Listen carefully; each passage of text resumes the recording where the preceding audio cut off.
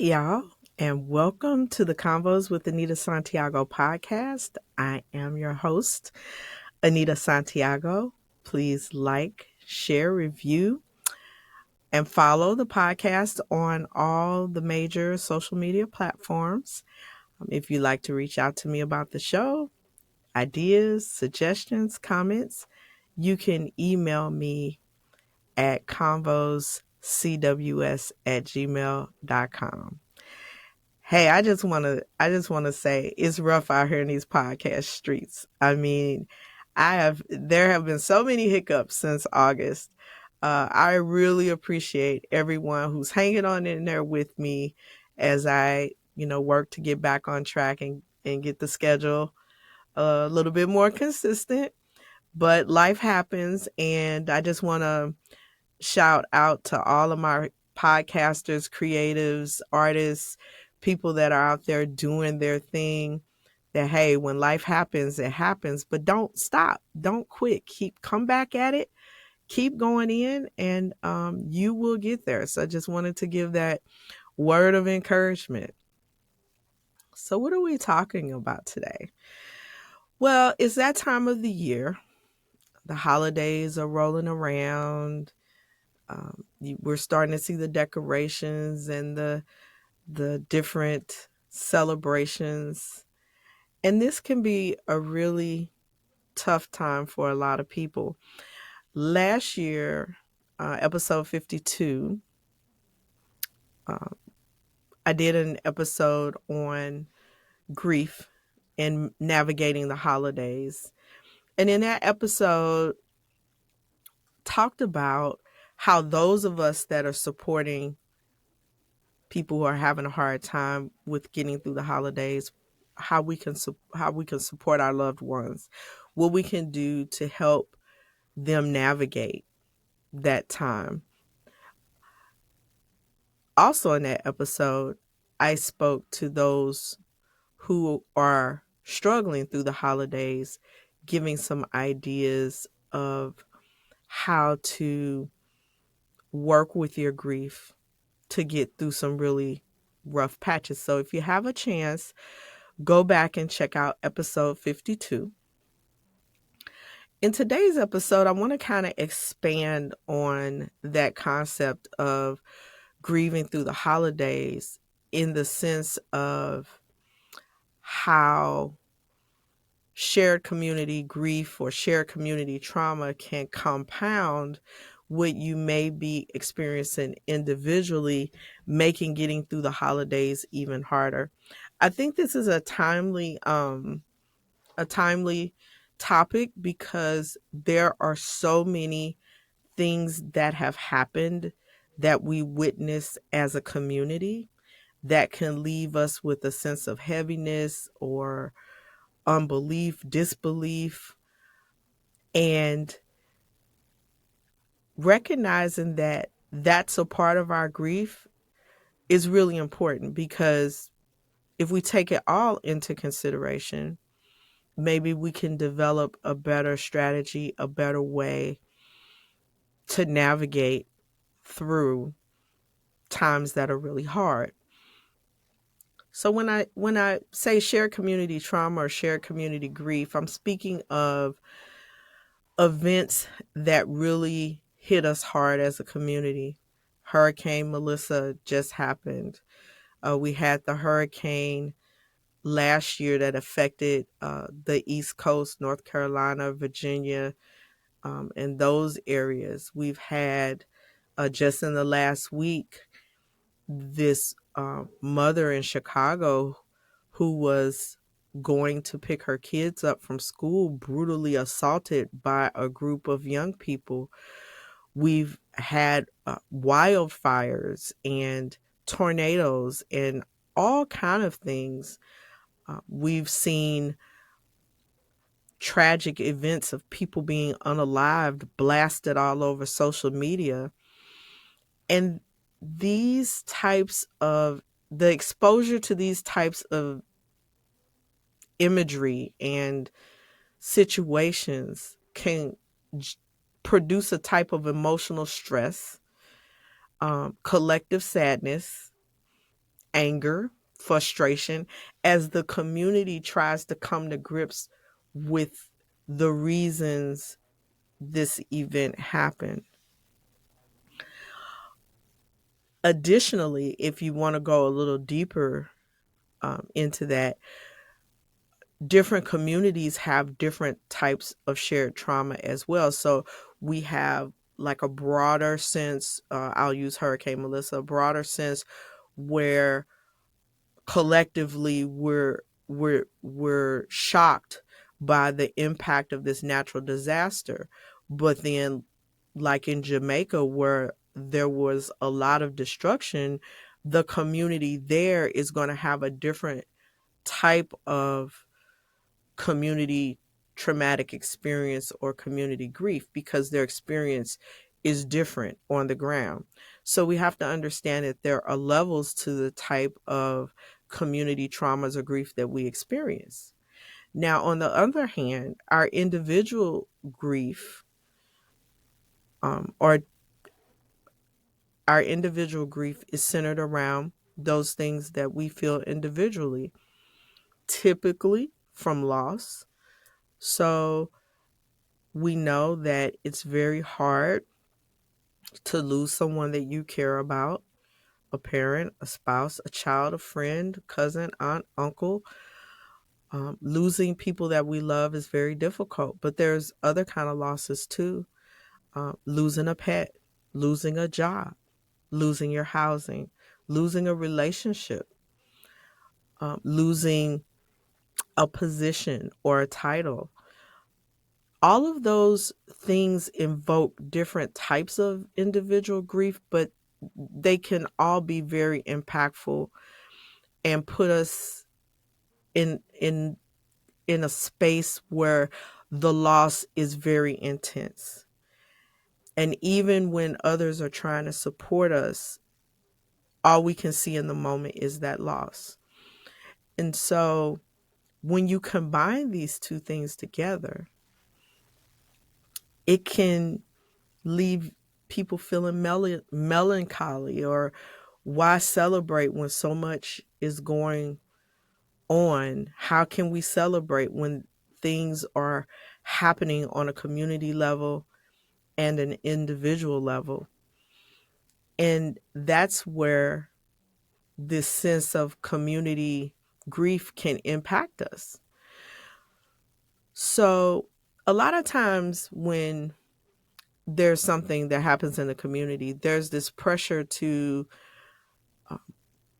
push into the positive. And I'll use natural disasters because that's where I see that the most. So there's been a natural disaster, wildfire, tornado, or hurricane, and immediately the social media messaging is, let's all pull together, let's help our fellow person, let's let's turn this situation around. Nothing wrong with that perspective, but it almost negates the pain and the struggle that those who are impacted by those disasters are experiencing.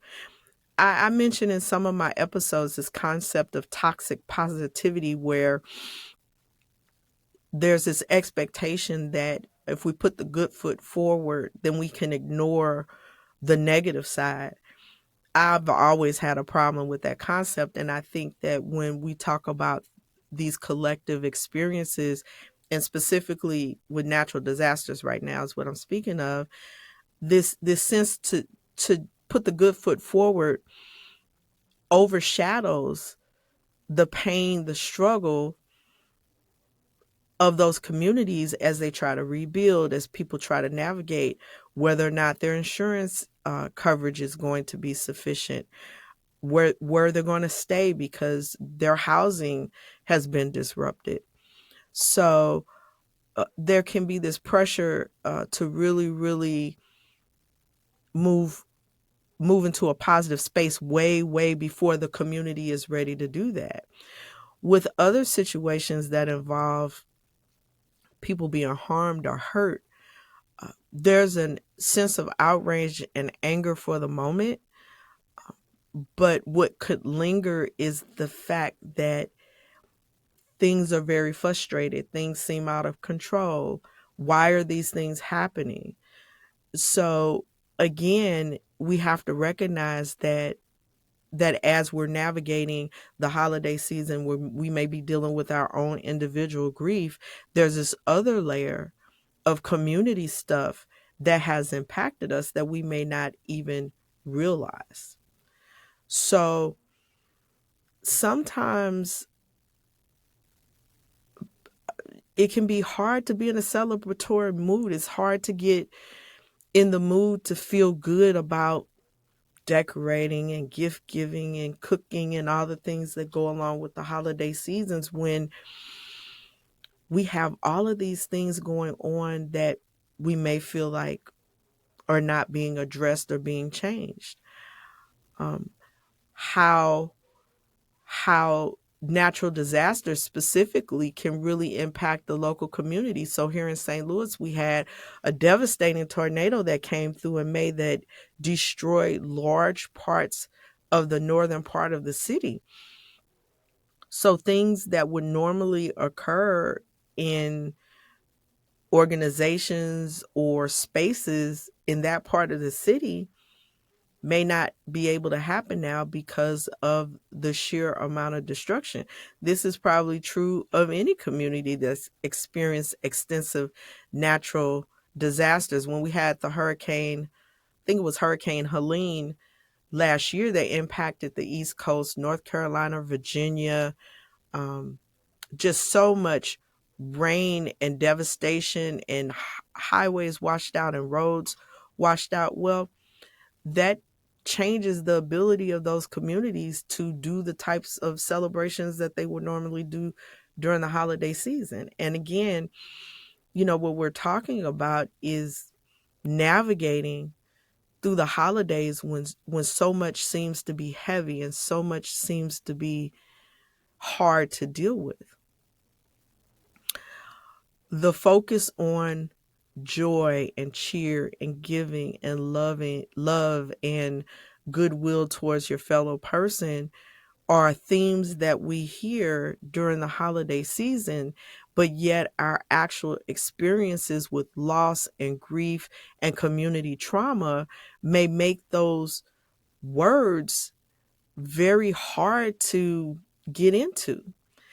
And I'm not saying that people can't overcome the moment to be joyful, but I think we should understand that for the type of things that we're seeing frequently, thanks to social media, cell phone, cameras, and those types of things, combined with what we experience individually, I think we have to give ourselves grace and permission to take a breath, to step back, and navigate the holiday season in the best way that works for you.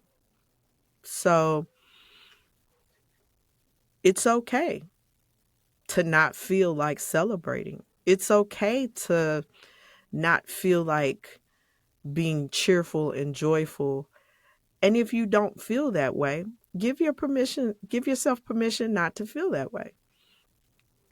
There is no there are no rules for how to celebrate the holidays. And I think this is something that might sound controversial, but there are no rules that dictate how we celebrate the holidays. There are traditions and expectations. And so for those who are dealing with getting through the holiday season and it's hard for you, and you're understanding that you not only have this individual grief that you carry, but these community experiences also impact that, doesn't mean that you have to be happy during the holidays. People may expect you to be happy. Tradition may say you should be grateful and thankful. But just because you don't feel like celebrating doesn't mean that you're not grateful and thankful. So I think you have to give yourself a lot of grace and a lot of permission to rest, to step back, to do all the things that you need to do to care for yourself. do you have a support group? Do you have a group of friends or acquaintances or people that you know that you can talk to, that you can be authentic with, that you can express how you're feeling about not only what's going on, but how tough it is for you to get through the holidays? As a mental health professional, one of the things that I hear often is that when someone is grieving, they're often asked why they're still crying. It's been a year or two. Why are you still crying? Why is this still hard for you? You have to get on with your life. You have to move on. Grief is not something that you get over. Grief is something you learn how to manage. And having people that you can be open and authentic with about your how you're feeling is really important. If you don't have a support system or a small group, consider reaching out to a therapist. Many jobs have an employee assistance program that provides a set number of no cost counseling sessions where you may be able to just talk to someone about how you're feeling. You may have benefits through your health insurance that you can use. There are people in the community that also try to provide support during the holidays as well. The the point being is that if you have a place and a space that's safe where you can fully express yourself authentically what you're feeling, that's going to go a long way to helping you navigate the holidays. Notice I didn't say it's going to make you feel better. It's going to help you navigate getting through a tough time. Don't be scared to set boundaries. Maybe through your grief and your loss, you can do some things, but not a lot of things. Set a boundary. Don't try to go to every event that comes your way. Don't try to participate in everything that's coming your way. Maybe select certain things that you know you can do comfortably, do those things, and say no to other things so that you can make sure you're resting, you're recovering, you're recuperating. Because when you have the weight of grief, the heaviness, the sadness, the way that you wish things could be different, that can be very draining. That can take a lot out of you. So making sure that you're not overextending yourself and that you are getting rest and that you are able to do some things and not others is a great way to manage your your activities during the holidays. And listen, sometimes we need to step back from the social media world. I am a firm believer in digital detox. I think it's a good thing to step away sometimes.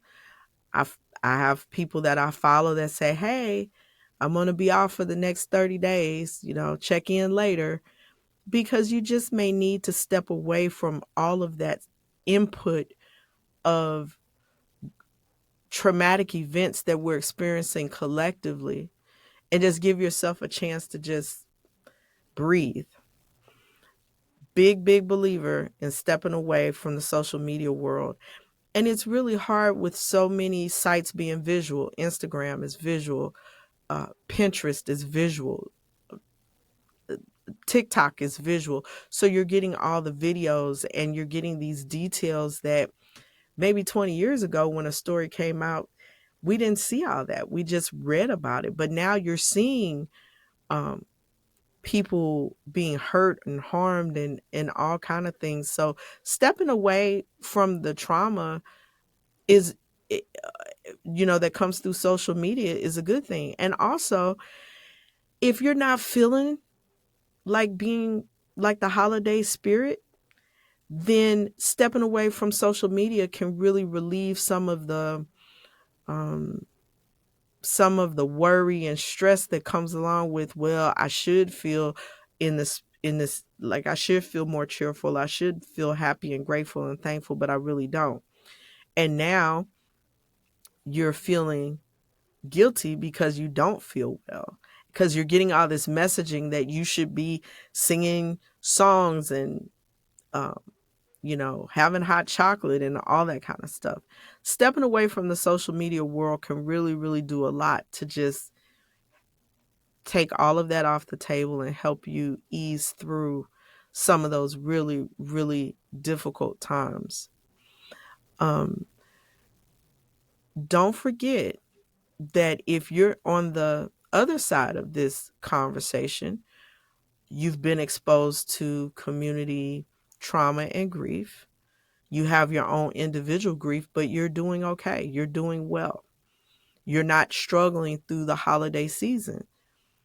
Think about how you can support those around you who might be, especially children. Children have a much harder time with grief because they often don't have the language or the vocabulary to really describe what they're feeling. So just taking a moment to support others around you, if you're able to do so, could mean the difference. Well, how could you support someone? Listen. Just listen. Don't comment, don't direct, don't say, you know, that thing happened in 1980. I can't believe that you still have feelings about it. Just listen to that person. Give them a chance to authentically share what they're feeling. That may be the first step in their processing of this collective trauma. Be there in other ways. You can listen, maybe just sitting with a person. Sometimes just offering to spend time with someone where, they may not want to talk about their struggles with grief. They may just need some companionship or company. That's a great way that you can support someone who is struggling through the holiday season. And also, how, can you do anything to make it easier for them? Could you drop a dish off or watch the kids so they can get a break? Just giving people a chance to have a little time to themselves so that they can feel better. We all process grief in different ways. There's no one way to process grief. There's a lot of theories out there and a lot of perspectives on what the journey of grief looks like. My opinion is that grief is a very individual experience and there's no time limit on it.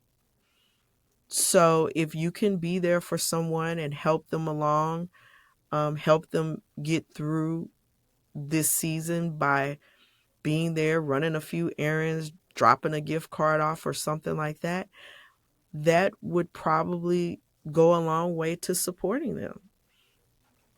And again, we have to understand that as a community made up of many smaller communities, the impact of grief and trauma that we all see at the same time, that we all experience at the same time, is very impactful. And we may not take that into consideration when we're thinking about why it's so hard to get through the holidays this time. Why can I just feel better this time? I think just doing an inventory, like if you actually took a piece of paper and wrote down the community level things that you've experienced in your lifetime, you may have 10 or 11 or 12 things that you didn't even realize, wow, I've experienced all of this. And again, it doesn't impact everyone the same way. So some people may struggle and it may take longer for them to process and it may affect them differently, and other people may not. So just understanding that in the context of trying to get through the holiday season is really important. I will tell you, for people who are out here doing the work in social services and mental health that deal with kids, some of the community traumas and grief that happens around the foster care system and children who do not have a way to defend themselves is mind-boggling. Story just came out today of a regarding a 2-year-old who was unfortunately his life was taken, and today the mother was arrested as being part of that, being a contributor to this 2-year-old losing his life, who was her baby, her child. When we experience those things, it does have an impact. It really does. Whether or not it causes us grief is an individual experience. So I'm saying all that to say is that we cannot underestimate how these things impact us and our ability to really move through the holidays. My challenge to you, my call, my ask is to pay attention to the people around you. Notice who's struggling. Ask people if they're struggling. Try to be there. If you're a person that's in a good, you're in a good place and you're not struggling with grief through the holiday season, try to be a support for someone who is struggling. Pay attention to the children in your life. They may not be able to tell you they're hurting or they're sad, but pay attention to them. If they are, try to support them in a way that is good for them and good for you. If you are a person who is really, really struggling through the holiday season with just feeling tremendously down and struggling with grief, tap into your support system. Reach out to a therapist if you can. If you need therapy resources, feel free to email me at convoscws@gmail.com, and I'll see if I know a resource that can help you. But don't suffer alone. Um, Healing from grief, I don't think ever happens. I think grief is something you learn to manage. And as you learn to manage it, you can better navigate it, and it's not as devastating. But it's definitely a process. It definitely takes time. And the more you can be kind to yourself and the more you can give yourself grace, I think the easier managing the grief will be. Guys, I hope you found this topic very interesting. I am so glad you stopped by the Convos with Anita Santiago podcast today. Share episode 52 and share this episode with anyone that you think it can be helpful for. Please, please, please encourage those who are struggling to reach out and get support and get help.